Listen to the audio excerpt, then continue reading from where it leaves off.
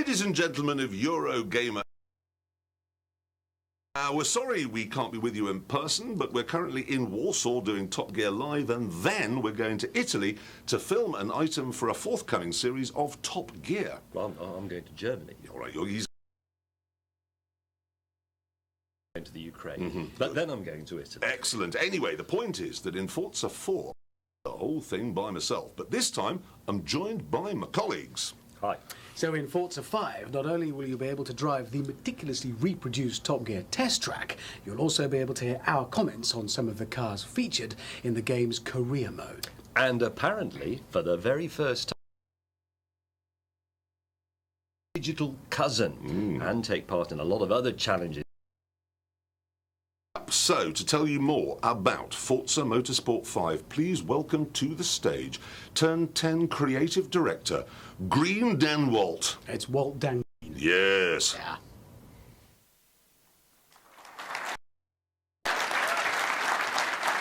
Hi. So I am Walt Dan. Actually, I'm Dan Greenwald. I'm the creative director at Turn 10. We make Forza Motorsport. To talk to y'all about the game and actually give you the first public showing of our career mode. So I'm going to go a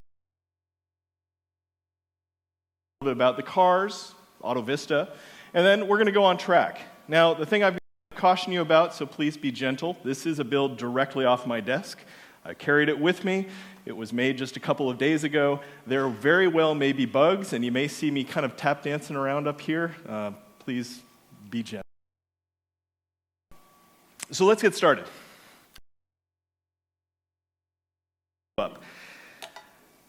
Obviously, racing games and the launch of a console go together incredibly well. If you think about the launch of most consoles, there have been great racing games. Project Gotham Racing, Ridge Racer. The power of the box, they look beautiful. Having Forza Motorsport at launch seems natural, but at the same time, it's unnatural. Have you ever seen a flagship type game at the launch of a console? An epic, hundreds of cars, amazing physics, pushing AI. This is by far the most ambitious title my team has ever done. Motorsport, a full epic game with tons of innovation, being delivered the first day of the launch of the Xbox One. I think you should. I hope to explain to you some of the reasons why I think this is a flagship. This is the most ambitious one. It's going to go on track. But just to, again, there's really four things that a racing gamer is looking for. You're looking for, and you'll see that. We have an all-new graphics engine. It runs at 1080p, 60 frames per second. And it's not really about poly count and texture. Creating the way light moves on concrete. It's about subsurface scattering. It's about atmosphere of light. And this engine does a great job of recreating that. Now, as a racing gamer, you're looking for as gives us an advantage, honestly, as a developer. We kind of get some things for free.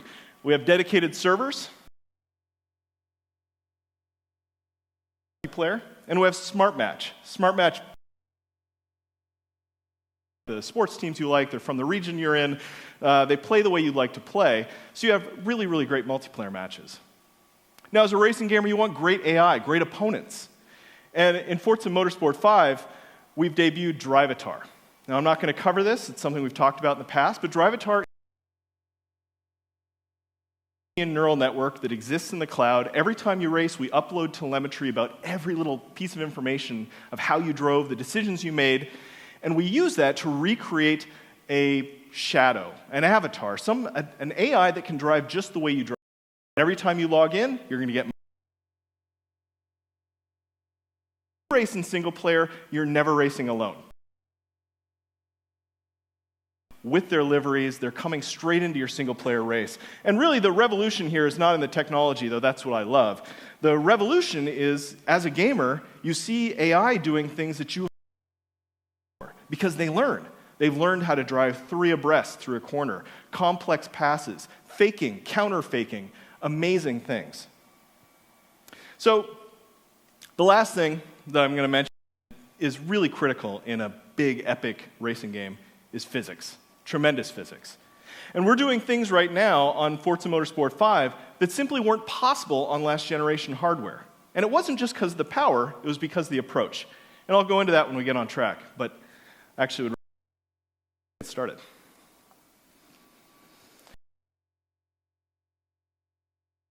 We're going to start off with career. Motorsport, the car is the star. And it's one reason racing games do go so well at the launch off a graphics engine. But for us, cars are a personal connection that people have. People get really into their... And in Forza Motorsport 4, we had Auto Vista mode. In Auto Vista mode, you could crawl over the car, you could really experience it, explore the car itself. Cars. In Forza Motorsport 5, on all cars in the game. Every car in the game, hundreds of cars, all level of detail. You can inside every car. You can look around, start it up. You can get some tours.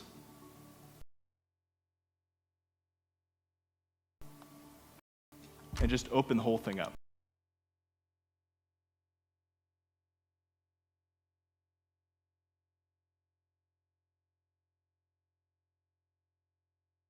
Like Modern Sport Compact, you have Production Rally, and careers that you can explore your car in.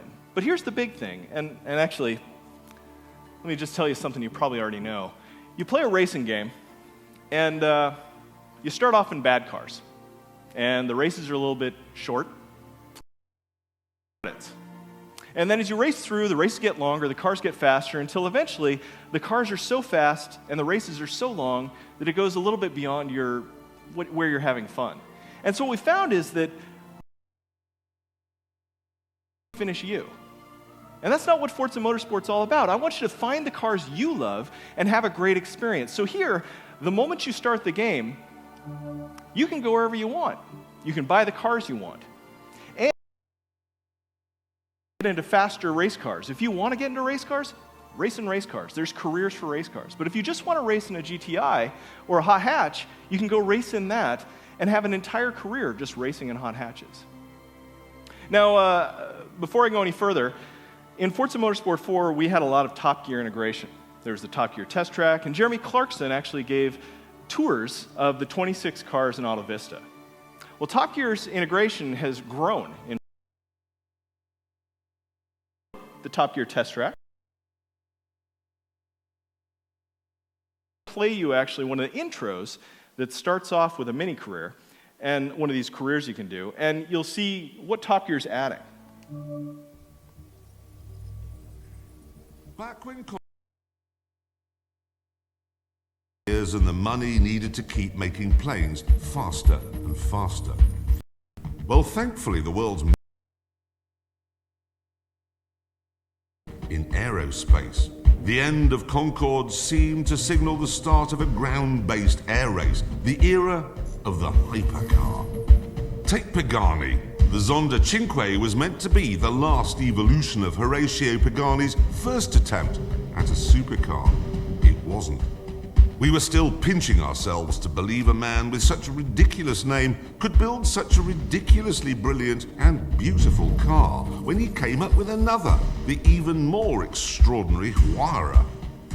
And then, of course, there's the new McLaren P1, a 900 horsepower hybrid which might just turn out to be the greatest hypercar of them all. It'll be fun finding out. So in game, one of the three cars and type of racing you're going to do in there. Some are funnier than others. Some are insulting the cars in the group. Some are telling you a little bit of history or some information. But the presenters actually chose which cars spoke to them. So you get American muscle cars from Richard Hammond, for example. You get the more technological GT cars from something like from James May. So that's a way of working Top Gear in to give you content about the cars and the careers that you're going to enjoy in the game.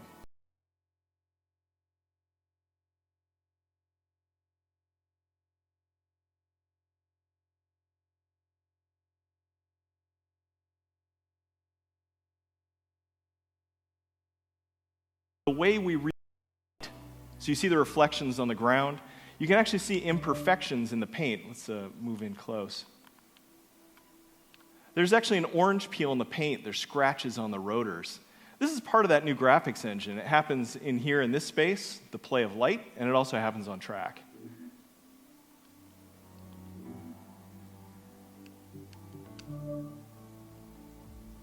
All right.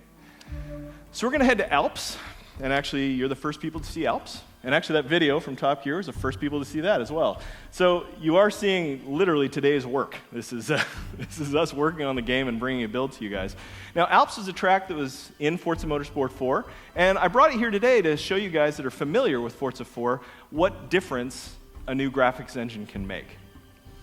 So what you're going to notice is the play of light, the movement of light, and a lot more people on the track, a lot more detail, and the imperfections, divots in the concrete, scratches on the asphalt, strange things with the paint. That's all what makes this more human and more real are the imperfections of our world. Get it started. Now I have to warn you, this is exactly where I was running into bugs earlier today. And so if this happens, I may have to call this part of the demo short, and I'm sorry for that.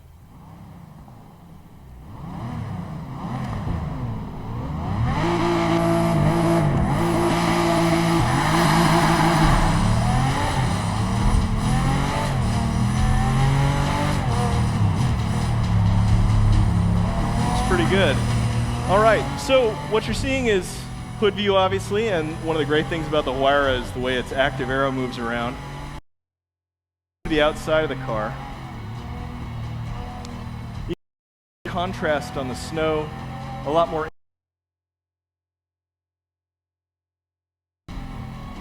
And of course, the light.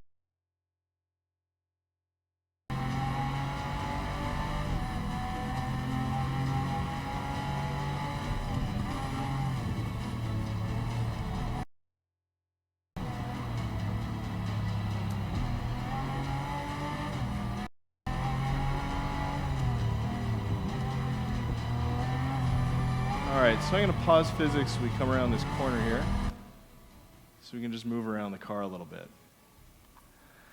Now, one thing worth noting was we have an all-new approach to physics, and I was kind of hoping to talk about it for a second.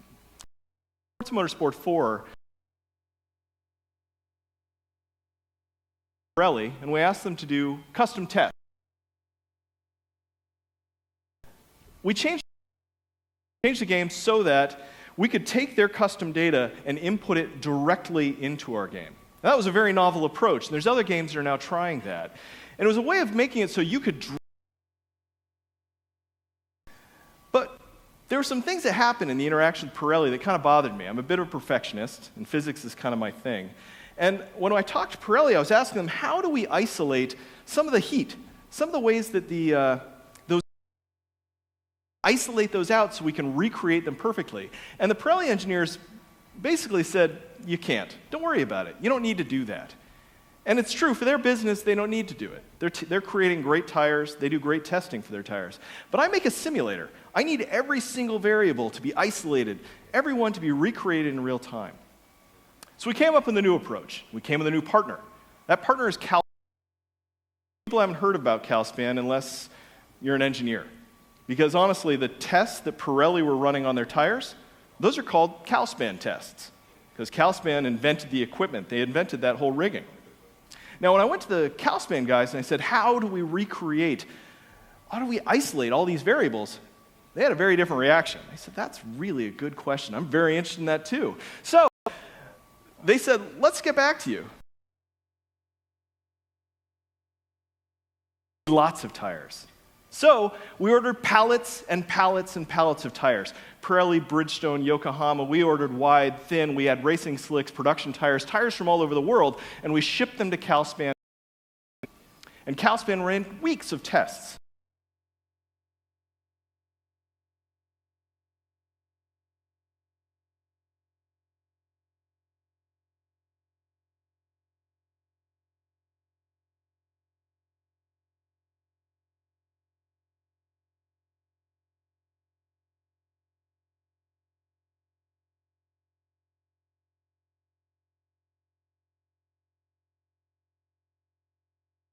Then Pirelli.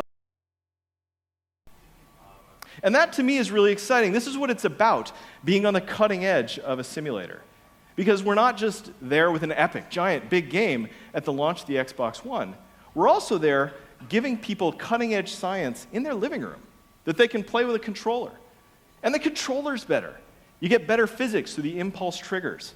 And the engine runs at 1080p 60 frames per second. Now, I was going to let this demo keep running on this track, but unfortunately, I noticed around the last corner that there was an issue that was coming, and so I unfortunately have to cut this off, so I'm sorry for that. We are going to switch over to a slide deck. It was a bug that we just found from the United States with the build from my desk. So, I will show you a screenshot, though. This is also from the same build. You can see the play of light and the atmosphere. You can see the way we've reconstructed Alps to look different than it ever has before.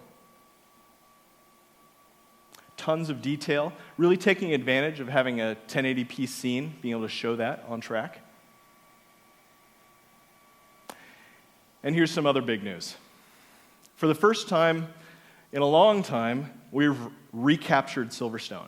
So we've had Silverstone in Forza Motorsport for a while. It's a great track. But the last version of Silverstone was not up to match with the actual tracks. They had done a major revision. They had changed the start-finish line. They had updated with the rules of Formula One. And now we have gone and recaptured Silverstone. But it's a new process as well. We're now laser scanning tracks, which has been going on for a little while. There has been laser scanning. But the issue was the laser scanners weren't really up to snuff. We were able to recreate tracks more accurately by bringing levels and GPS and scanning them. But we have a new rig for laser scanning that is accurate to the sub-centimeter level. It captures divots in concrete. It captures amazing detail. It creates a point cloud. And so we are not just bringing Silverstone, a level of accuracy. A level of accuracy that's not been brought before. And of course, with our new physics engine, our new graphics engine. So this to me is really exciting. I love this track, and being able to drive it with the great cars and the great physics, I'm really excited to bring that to our. So that's most of what I was going to cover. Again, I was not covering Drivatar and our new AI. Honestly, just dare me. I will do it. It's my favorite subject. There's a lot of detail in the graphics engine that I didn't cover. And of course, there are things in multiplayer. This game is huge. It's by far our most ambitious game to date. And if I'm honest, it was not a great time to leave the studio for me, but I came here because just make the game. I've been making this franchise for 10 years, and I don't drive a Ferrari to work, right? I'm not in it for that. I'm in it for the fans. I'm in it to be on the cutting edge of physics. I'm in it to do hard things. And I want to come here and talk to you and talk to some of the press, as well as see people play the game, is because that's what keeps me excited. It's what keeps our team excited. And more than anything is to say thank you. We've got a lot of fans, It's you guys that actually keep us making the best game we possibly can and pushing the limits. So I'm going to take some questions, but first I just want to say thank you very much for listening to the presentation.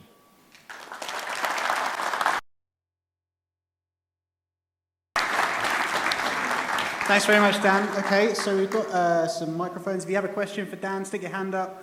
One of our guys will find you. Please stand up to ask your question and then hand the microphone back to the person who gave it to you. Here we go, right at the front.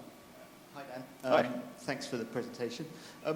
Obviously, going between, when you're really driving, wheel and pedals give you a very specific sensation of what's going on underneath you, and your bum does as well, obviously. But when you're trying to get that through a controller, what are the basic things try to convey through the contact points that you've got? It's a fantastic question. In fact, it's one of the things that I find really interesting about designing in this space, is that those of you that have raced a real car, done a track day or even done go-karting, it's an incredibly dynamic and thrilling feeling to drive a car or even a go-kart very, very fast. And one of your inputs is the G's that you feel in your butt. And we can't really recreate that, be it with a pedal and wheel or what have you. But there's more than that. You're feeling the jitter and the vibration and the movement. Now, wheels are able to do force feedback, which is great. So we can actually give people the feeling of aligning torque in the wheel as they're turning it over. And it makes people better drivers. But if you think about controller, the way people tend to drive with a controller, and I've seen a lot of people do this, is very digitally. It is all acceleration, all brake, it's all left, it's all right. Now imagine going down the motorway tonight and you're driving with your foot pegged. And the moment you want to take a turn to get off, you just fully spun the wheel 900 degrees one direction. You'd kill yourself, right? And yet this is how people expect to drive racing games. Now I can't change people, that's how they are, so to me that's the interesting design challenge, is how do I turn that into a successful, fun experience for them? Well, what's important to me is to never sacrifice the physics. So we build the best cutting-edge simulator that we can. So that as science evolves, we're still bringing that into your game. But when you come to, we add little assists, little buffers. Some that you can turn off. So when you say full left, we necessarily give it to you when you're on a controller. Now, the cool thing about the Xbox One controller, and I'm sorry, I'm long-winded, that's how I am. The cool thing about the Xbox One controller is we not only have rumble to give you feedback, we also have impulse triggers. Now, the rumble itself, we call that chassis rumble. It rumbles the controller, and we've got a small motor and a big motor. We can buzz, we can warble, we can create a lot of different sensations, and those are called haptics, what you feel in your hand. And for those of you that are into science, there's a thing called the homunculus. The homunculus has giant hands because we have a lot of nerve endings in our hands. Long story short, we're all very, very good at perceiving delta in our fingertips. So you don't have to go over the top with haptics, and people don't even realize they're feeling it. So it's a subtle art to tune that. Now with the chassis, we simulate the rumble over the rumble strips, the suspension, bumps when you hit things, and what have you. But that's not giving you the dynamics of the car. The impulse triggers, we can now do that. So when you're over-accelerating and you're spinning the rear tires, we can tell you're over-accelerating using the acceleration impulse trigger. Now, it's very subtle, but what we've already found, and this is what was so cool, so sorry for the long story, we're already finding in playtest that formerly digital players are becoming analog. They didn't know why. It's because of that impulse trigger. Instead of just going all acceleration, they go in a little bit. Now, it takes them a couple of laps, but it just happens subtly, and we don't have to tell them. Same thing with the brakes. They apply the brake, you can feel ABS on. If you do have ABS on, you can feel it pulsing. And all of that happens automatically through the physics. We didn't have to tune it because the physics engine just has all that information. Cool. Anyone else with a question for Dan? Okay, one down here at the front. Maybe keep your hands up between questions just so we can find the next person with the mic. That would be great. Thank you. Hi, just want to go over the smart matchup with, that you mentioned with the individual. Actually going to work with a group of players online. For example, you might have higher rank, lower rank.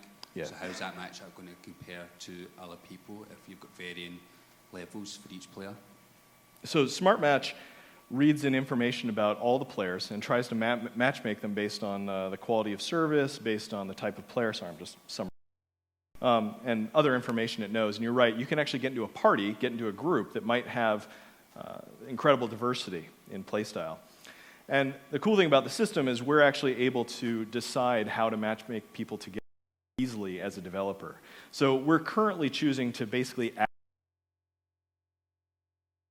a group based on that, because honestly, I think most people will be in parties, so we're averaging most parties together. But here's what the best part is. It's data-driven from the. If we ever find that people are, that strategy of averaging is not what we want to do, we can change it up that day. We don't have to send an auto update, we don't have to title update, we can just say, that's not working the way we want, so we're going to switch it up. We could also switch it for different people. It's a very flexible system. Okay, thanks very much. You bet. A couple more questions. The first one's down here, I think. Is that right? Oh, sorry. I didn't see it getting passed over. Go ahead. Oh, do what you want. Oh, I'm from 123 Connect, so it's a Connect question. Is Connect still used for the in that? And are there any new features that weren't in the previous games that you Connect features? Has changed in Forza Motorsport 5. You're correct. In Forza Motorsport 4, using Connect, and you could also particular, but we are using Connect for head track, your voice to move around in the UI. The voice thing actually is what we found in Forza 4 was the most powerful thing. It was not the most flashy. It's kind of hard to demo, but honestly, what we found through telemetry was that's what a lot of people were doing. It was such a time saver for them. They were using it quite a bit. But the head tracking's actually gotten better with the new Connect. Better fidelity in hands and what have you. And so we're actually able to now do head tracking where you don't have to sit right in front of it and then tune the box and kind of make it all tuned up. You can be off center, and it also has better fidelity so you can be farther away and you can move more with your body, and it does looking as opposed to being just these subtle head movements. Oh, so you can come and turn into the sort of... Right, so you can actually, and this is the other thing, if you watch players, which I do a lot, watch players play the game, you find that when understeering into a corner, they put all this body English on it. You probably find yourself doing it if you...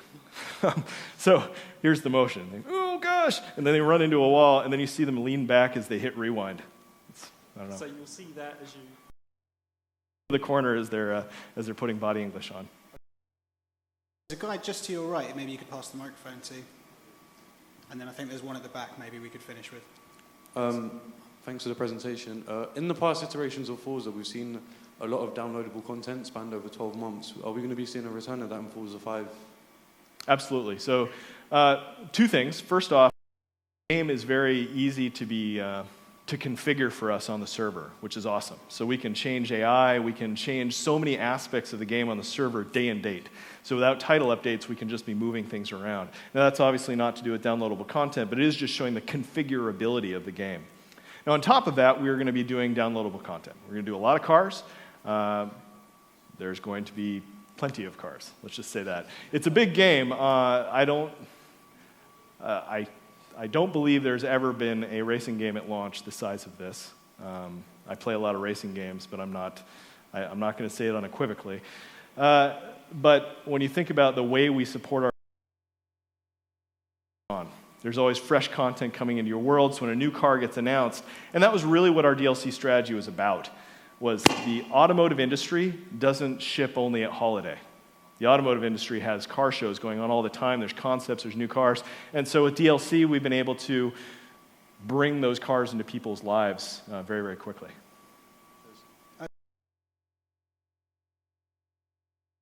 For the amazing developer session today. The Xbox One. What is the difference in the developing between the to make it compatible with both of them? That is a really good question. I'm trying to think of the way to answer it without being overly technical. It's a more powerful hardware, which is great. Can always use more power. Tool set's actually very, very good for shaders that we take advantage of in our engine. Hardware and different drivers do well. And because we have a bespoke engine designed for the Xbox One, we're able to take advantage of all of that. So a lot of what you're seeing graphically is because of the way the Xbox One hardware works. Now, tool-wise, two things. One, the tools are great. We started basically working on this 4 years ago. Long before the Xbox One was announced, we were working with the hardware guys to develop the type of tools, the type of hardware, the type of architecture that would work best for core gaming. So it's no coincidence that one of the launch titles is 1080p 60, because we were working with the architecture team to make sure it would. And a lot of hitting that is tools. Now it's developers that being on the launch of hardware, any new hardware, is incredibly taxing. It's incredibly difficult because you're actually shipping your game at the same time the hardware is shipping. I was involved in the original Xbox, and as well as the Xbox 360 launch. It's incredibly trying. So that's why these bags under my eyes are very, very hard-earned right now. It's not just because of the jet lag. It's actually because a lot of hours at work. But for me, excuse me, I've actually never been so excited in my career one and having all of these challenges. Our team is bigger, the challenges are harder. And if we hadn't matured as a team, and if the Xbox One hardware and the architecture team, it just wouldn't be possible to make this level flagship franchise racing game at the launch of the console. I mean, we're very lucky, honestly. I am very lucky working at Microsoft and working on the Xbox. We have an OS that gets out of our way. It's an OS that was made by a company that, like it or not, has people that come to work every day that are tech giants. And so having that muscle, having the research team working on a consumer-grade gaming console has some incredible advantages for the developer. And once the developer has advantages, the gamer has advantages. Because our goal is to entertain you. And the more the console and the tools and the hardware gets out of our way, the more we can do it. That's great. Thank you very much for coming. Let's show our appreciation.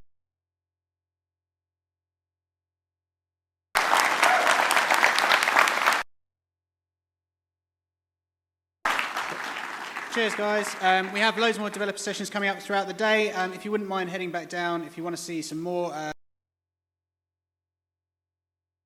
Thank you very much.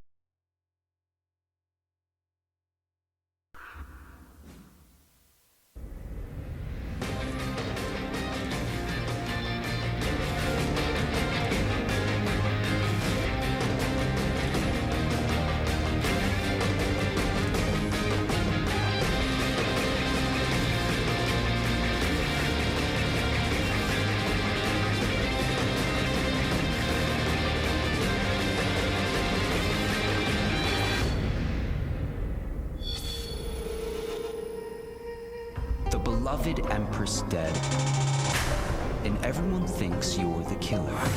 But we know what really happened, don't we?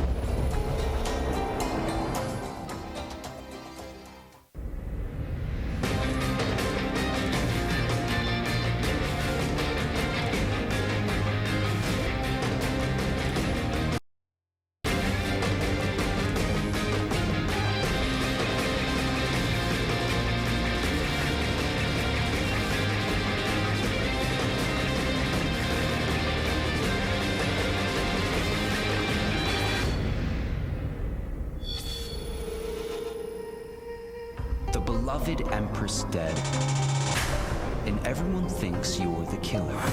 But we know what really happened, don't we?